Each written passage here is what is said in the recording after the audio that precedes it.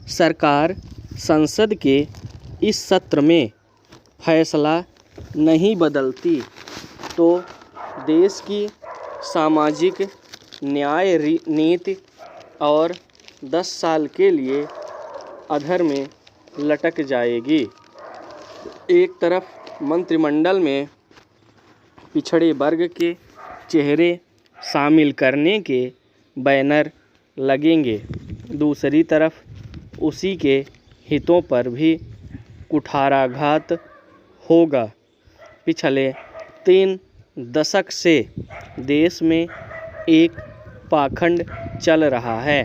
सन 1990 में बीपी सिंह की सरकार ने मंडल आयोग की सिफारिशें लागू कर केंद्र सरकार की नौकरियों में पिछड़ी जातियों के लिए आरक्षण लागू किया था। 2 साल बाद सुप्रीम कोर्ट में इस नीति पर मुहर लगा दी थी।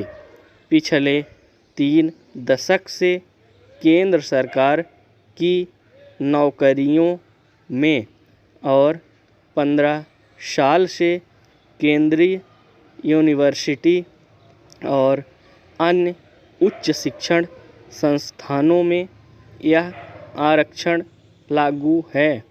लेकिन आज भी हम इस सवाल का जवाब नहीं दे सकते कि देश में आखिर ओबीसी जातियों की संख्या कितनी है।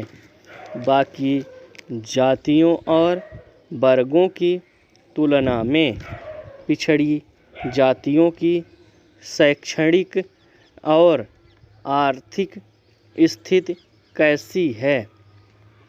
ओबीसी के भीतर आरक्षण का ज़्यादा लाभ किन जातियों को मिला है और किन्हें बिल्कुल नहीं।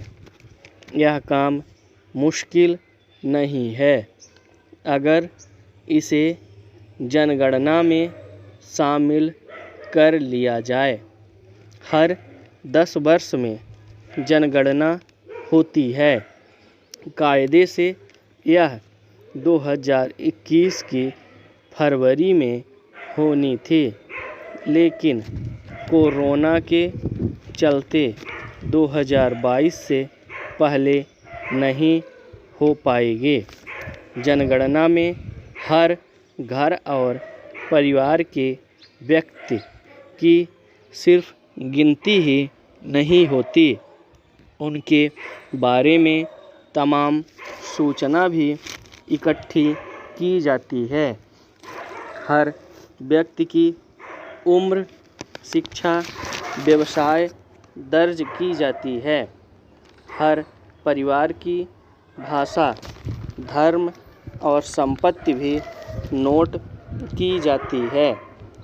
सेशंस में हर परिवार की जाति अलग से नोट नहीं की जाती, लेकिन जाति वर्ग पूछते हैं, यानी जाति पूछकर उसे अनुसूचित जाति, जनजाति या सामान्य कॉलम में दर्ज करते हैं। अनुसूचित जाति व जनजाति परिवार में उनकी जाति का नाम भी दर्ज करते हैं, लेकिन सामान्य वर्ग में जाति का नाम ही लिखते हैं।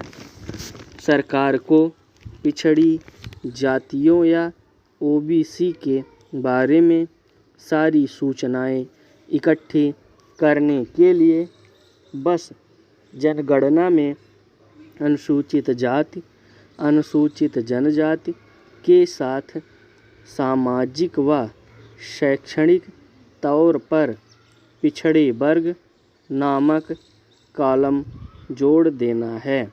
इससे जनगणना के आंकड़े आने पर न केवल ओबीसी की जनसंख्या और उसकी शैक्षणिक, सामाजिक व आर्थिक स्थिति मालूम हो जाएगी, बल्कि हर पिछड़ी जाति की स्थिति के आंकड़े भी मिल जाएंगे। पिछले 30 साल में बार बार इसकी मांग हो चुकी है। 2001 के सेंसस से पहले उस समय के सेंसस के रजिस्ट्रार जनरल ने भी इसकी सिफारिश की थी। आरक्षण के मामलों पर सुनवाई कर रहे जजों ने ऐसे ही आंकड़ों की ज़रूरत रेखांकित की है। 2011 के सेंसस से पहले तो लोकसभा ने सर्वसम्मति से प्रस्ताव पारित कर ओबीसी समेत हर जाति की जातिवार जनगणना का समर्थन किया था। 2018 में तत्कालीन गृह मंत्री राजनाथ सिंह ने औपचारिक घोषणा की थी कि 2021 के सेंसस में ओबीसी की गिनती होगी। अनेक राज्य सरकारें इसका प्रस्ताव भेज चुकी हैं। संसद की सामाजिक न्याय समिति संस्तुति कर चुकी है। राष्ट्रीय पिछड़ा वर्ग आयोग ने केंद्र को इसकी सिफारिश भेजी है, लेकिन सत्ता के कान पर जूं नहीं रेंगती। हर बार सेंसस से पहले हर सरकार प्रस्ताव ठुकरा देती है। वाजपेयी सरकार ने सेंसस रजिस्ट्रार के प्रस्ताव को ठुकराया। मनमोहन सिंह सरकार ने तो संसद का सर्वसम्मत प्रस्ताव टरका दिया और इस सरकार ने खुद अपनी घोषणा पर यू टर्न ले लिया। पिछले सप्ताह सरकार ने संसद में उत्तर देते हुए फिर स्पष्ट किया कि आने वाली सेंसस में ओबीसी की या सामान्य जातिवार जनगणना नहीं होगी। ऐसा क्यों होता है?